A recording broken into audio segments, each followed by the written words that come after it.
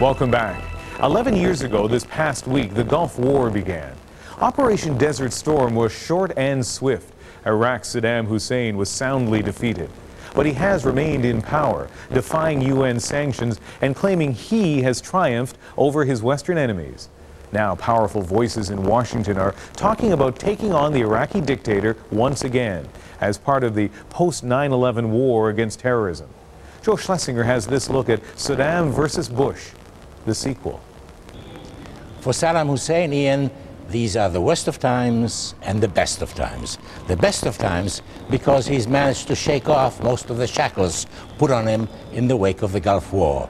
The worst of times because there's another man named George Bush in the White House. And, as his father did in 1991, this president has Saddam in his gun sights.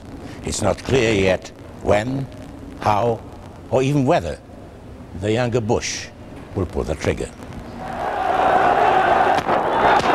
For Saddam, the best news of all is that 11 years after the drubbing he took in the Gulf War, he is still alive and in power. He has survived uprising and plots by ruthlessly snuffing out all domestic opposition. As for his enemies abroad, he has coped with the no-fly zones imposed on his Air Force by the Americans and the British and their constant air attacks on his military installations. The Council will now begin. He has wiggled his way out of the most restrictive of the punitive United Nations sanctions against him. He harassed and played hide-and-seek with the pesky UN inspectors charged with finding and destroying his weapons of mass destruction until finally, in frustration, the UN pulled them out. And he has thumbed his nose at the limits on oil exports that were supposed to strangle his hold on power. The oil revenues were to have been used to buy food and medicine. Instead, Saddam spent money on his army, his arsenal of terror weapons, and to build more luxurious palaces for himself. The malnutrition is everywhere. In the meantime, many of Iraq's children were falling sick from lack of proper nutrition and medicine. Saddam turned their suffering to his propaganda advantage. Not his fault, he said. Children were starving, children were dying because of the UN sanctions against Iraq. For all its cynicism, Saddam's ploy worked. The sight of suffering children touched a raw nerve in the outside world and undercut support for the measures against his regime. But there was more to it than just the compassion of the tender-hearted. Easing of the sanctions was also supported by the hard-headed, by companies and their governments, eager to get back to the bonanza of doing business with oil-rich Iraq. Add to that the governments of Iraq's Arab neighbors, which, as much as they loathed Saddam, were reluctant to stand up to him because his anti-Western rhetoric was so popular with their people. And so, the coalition of the Gulf War broke up, and the sanctions turned into a sieve. Illicit Iraqi oil in ever greater quantities leaked through holes in the UN embargo. In return, countries lined up to sell Iraq everything from arms to Yves Saint Laurent handbags.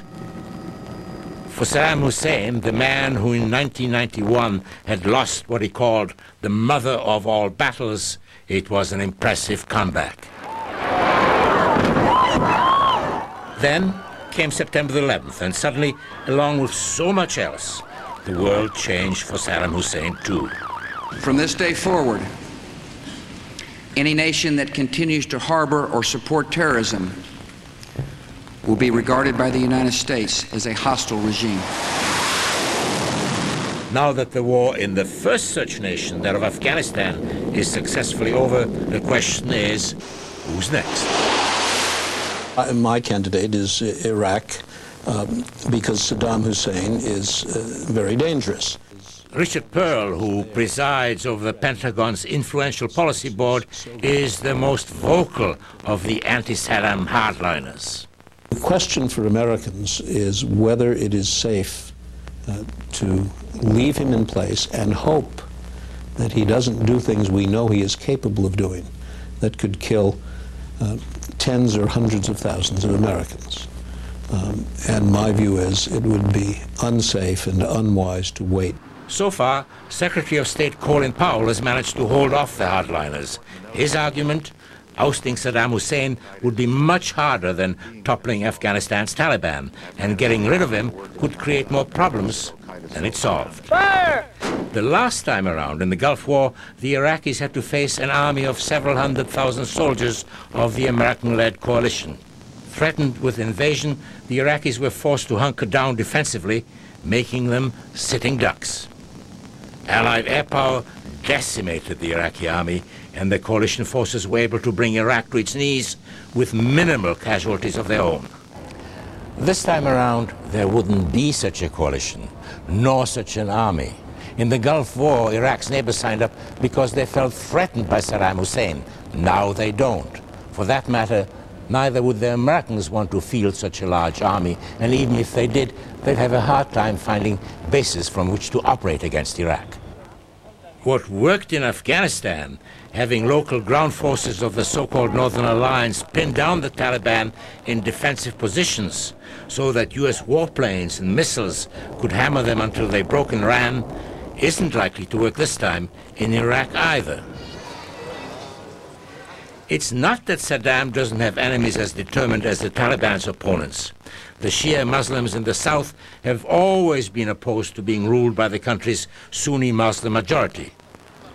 And the Kurds in the north have fought time and time again to free themselves of Baghdad's rule. But they may be hesitant to help the Americans topple Saddam this time. Both the Kurds and the Shiites staged uprisings in 1991 at Washington's behest. But while Saddam was massacring Kurds with chemical weapons, the Americans largely just stood by. And when Shiites were being tortured and killed by Saddam's henchmen and their towns and villages destroyed, the coalition forces assembled only a few miles away did nothing to save them. Besides, even if the Americans did get their wish and Saddam suddenly vanished from the scene, his disappearance would only create new problems. Who and what would keep together this fractious country artificially created out of the ruins of European colonialism? Saddam has made sure no alternative power center was left standing. The bottom line, let's face it, Ian, Saddam Hussein is one tough pretzel. He's been sticking in American presidential craws for more than a decade. And George Bush the son may get no closer to dislodging him than did his father. Ultimately, though, I guess pretzels do get chewed up and swallowed. But it's likely to take more than just a bruised presidential cheek to get rid of this one. Thanks, Joe. And you